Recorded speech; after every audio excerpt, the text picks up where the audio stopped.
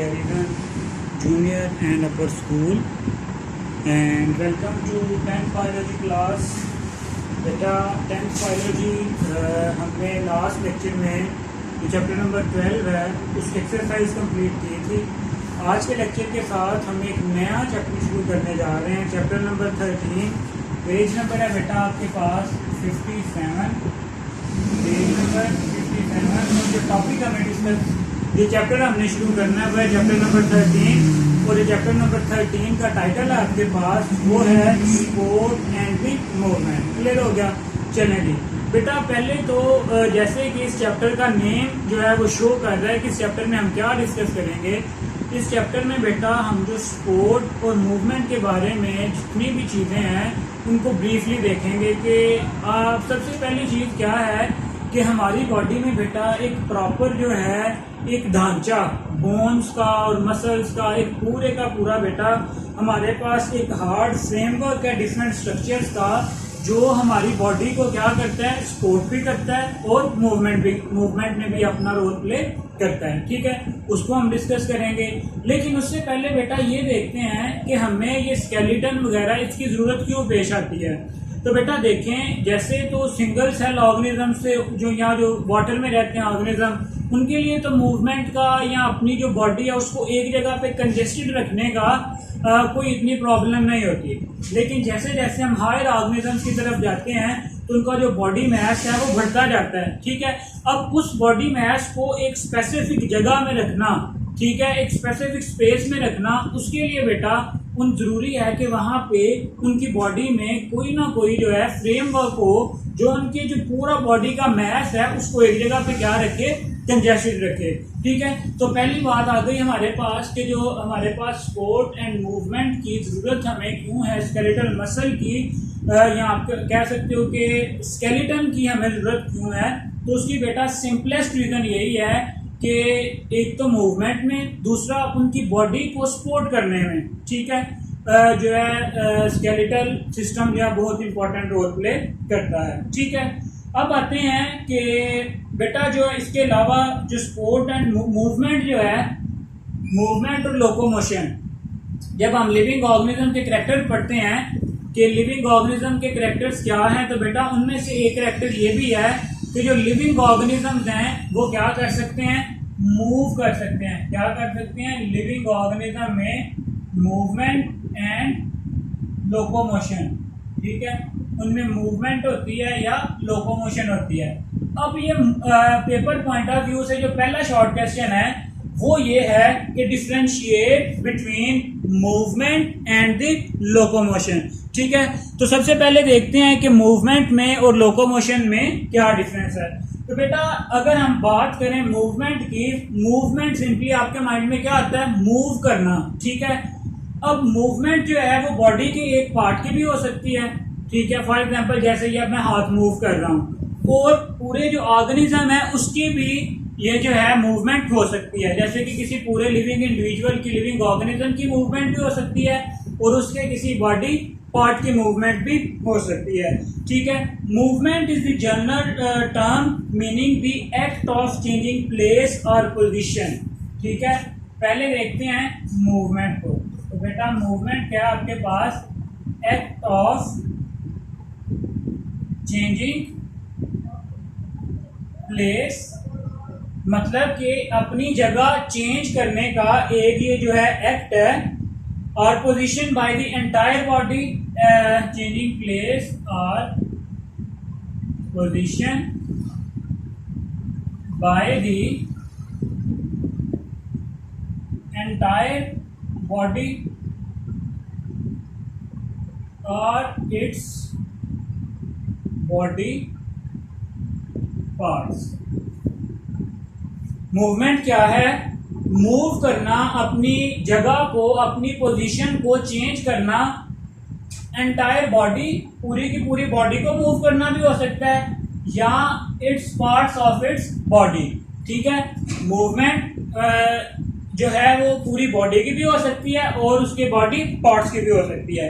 अब ये जो मूवमेंट है बेटा, इसको हम दो टाइप्स में डिवाइड कर देते हैं। ठीक है, इसकी हम कितने टाइप्स बना लेते हैं, दो टाइप्स में इसको डिवाइड कर देते हैं। एक को कह देते हैं simply movement of body parts, movement of body parts, और दूसरा आता है आपके पास लोकोमोशन, लोकोमोशन।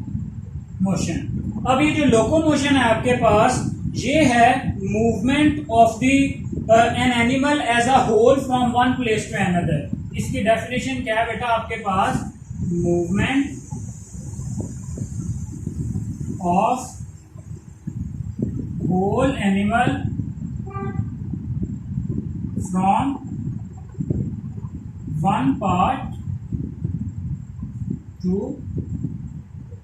Another part.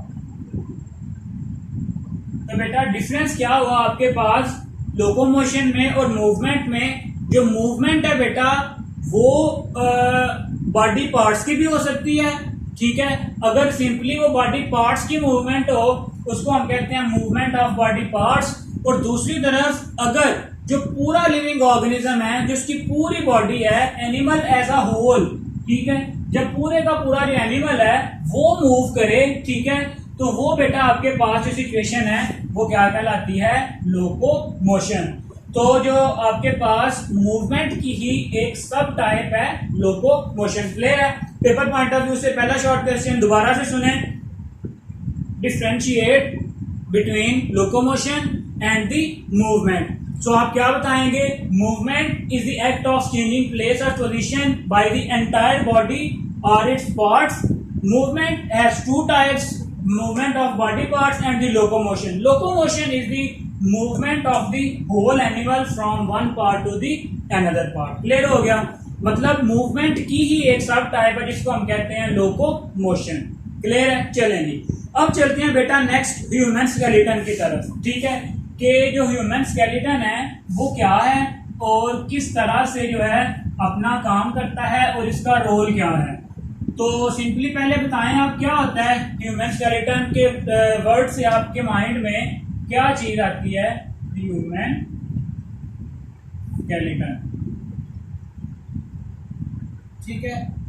तो बेटा जब हम स्केलेटन की बात करते हैं तो सिंपली ये आपके पास आपकी बॉडी में डिफरेंट जो स्ट्रक्चर्स हैं उनका एक मजमूआ है, ठीक है। It is the framework of hard articulated structures that क्या करते हैं? Provide physical support, attachment for the skeletal muscle and the protection for the bodies of the animals. पहले देखते हैं ये है क्या? Framework of hard articulated structure क्या है? ये आपके पास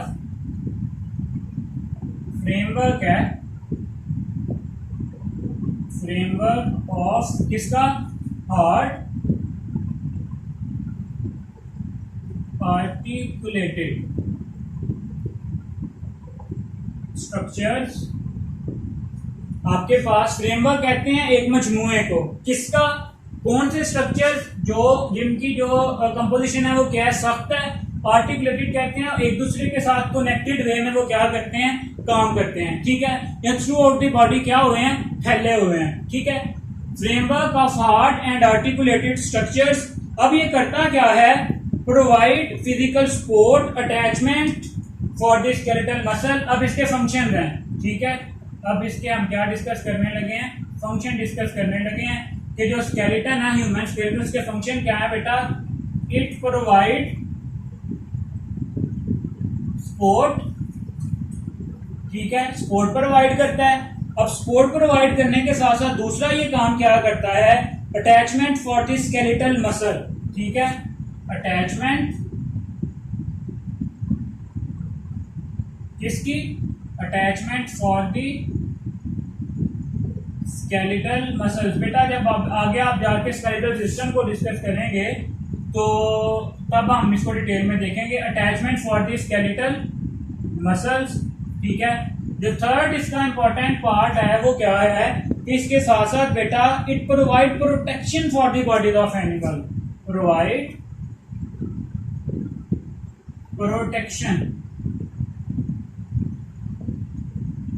फॉर द बॉडीज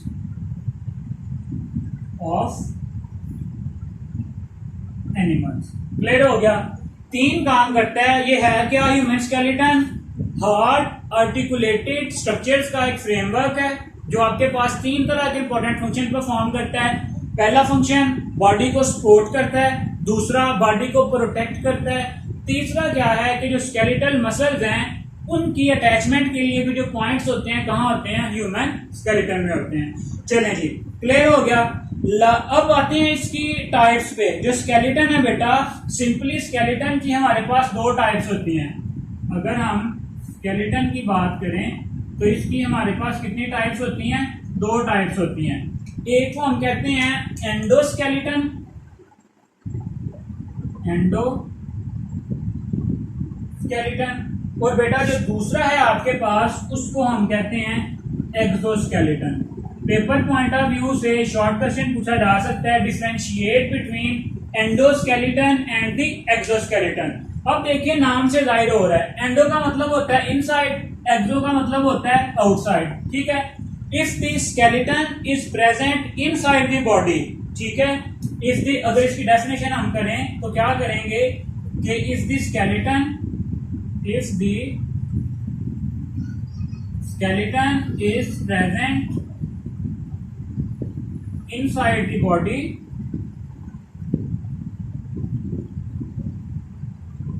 ठीक है, then the skeleton system is called as endoskeleton। दूसरी तरफ आएगा आपके पास exoskeleton is the skeleton is present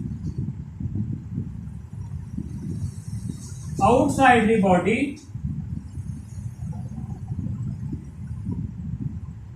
then such skeleton is called as exoskeleton। फिर से देखें, एंडोस्केलेटन में क्या होगा कि बॉडी के इनसाइड, मतलब बाहर नहीं, बॉडी के इनसाइड जो है आर्टिकुलेटेड हार्ट जो आपके पास स्ट्रक्चर है उनका फ्रेमवर्क होगा, ठीक है। जैसे कि अगर हम ह्यूमन की एग्जांपल लें तो हमारा बाहर तो कोई स्केलेटन नहीं है, हमारी बॉडी के अंदर, स्किन के अंदर हमारा क्या है? स्केलेटन प्रेजेंट है जो हमारी बॉडी को सपोर्ट करता है। तो ऐसा स्केलेटन जो बॉडी के इनसाइड प्रेजेंट होता है, ठीक है, उसको हम क्या क्या देते हैं? एंडोस्केलेटन। और जो मोस्ट वर्टिब्रेट्स हैं, जो ऐसे जानदार हैं जिनमें रीढ़ की हड्डी होती है, उनमें जो स्केलेटन होता है वो कौन सा होता है? एंडोस्केलेटन।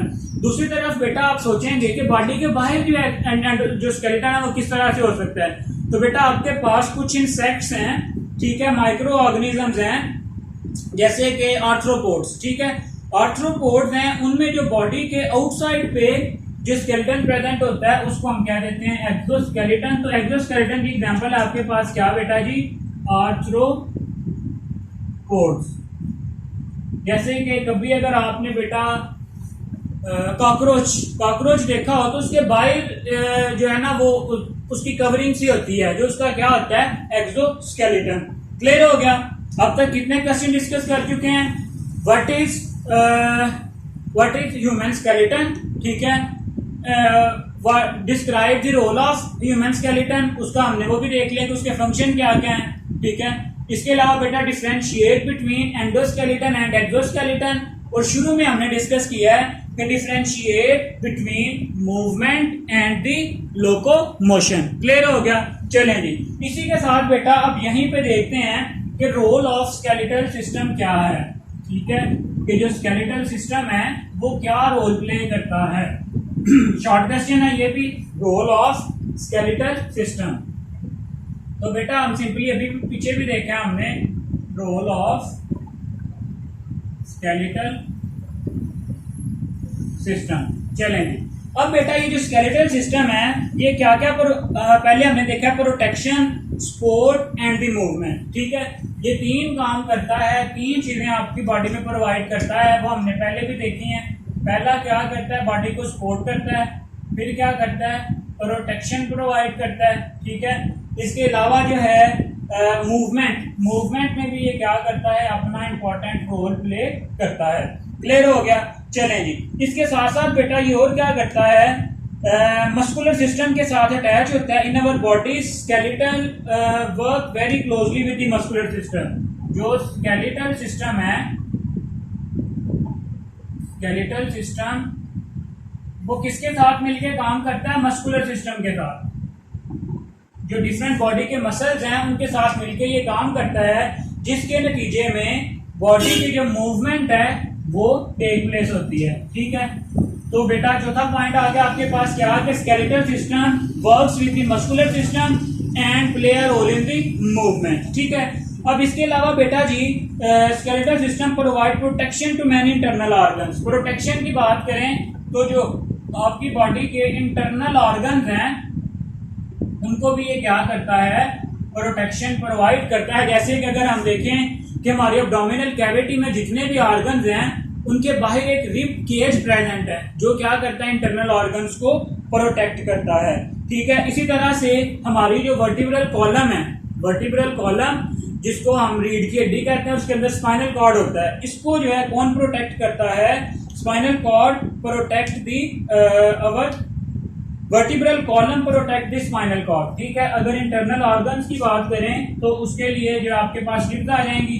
इसी तरह से अगर हम देखें कि जो वर्टिब्रल कॉलम है वो किसको प्रोटेक्ट करती है, स्पाइनल कॉर्ड को। क्लियर हो गया, चलें जी। अब नेक्स्ट यहाँ पे है बेटा कि वर्टिब्रल कॉलम सपोर्ट भी प्रोवाइड करती है टू दी बॉडी मैस। ये आपके पास बॉडी को सपोर्ट भी प्रोवाइड करती है। तो हमने इसके रोल में देखा है कि जो आपके पास स्केलेटल सिस्टम है वो 4-5 इंपॉर्टेंट जो है फंक्शन परफॉर्म करता है। कौन कौन से? पहला तो ये है कि बेटा वो आपके पास सपोर्ट प्रोवाइड करता है, फिर जो है प्रोटेक्शन, ठीक है, फिर मूवमेंट किस तरह से करवाता है, मस्कुलर सिस्टम के साथ मिलके काम करता है और जो है मूवमेंट करवाने में अपना रोल प्ले करता है।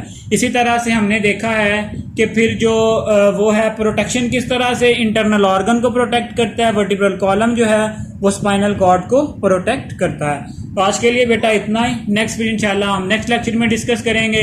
तो ये छोटी छोटी शॉर्ट डेफिनेशंस ही हैं, आप इनको अच्छे से साथ साथ बेटा प्रिपेयर करते जाएं। अल्लाह हाफिज़।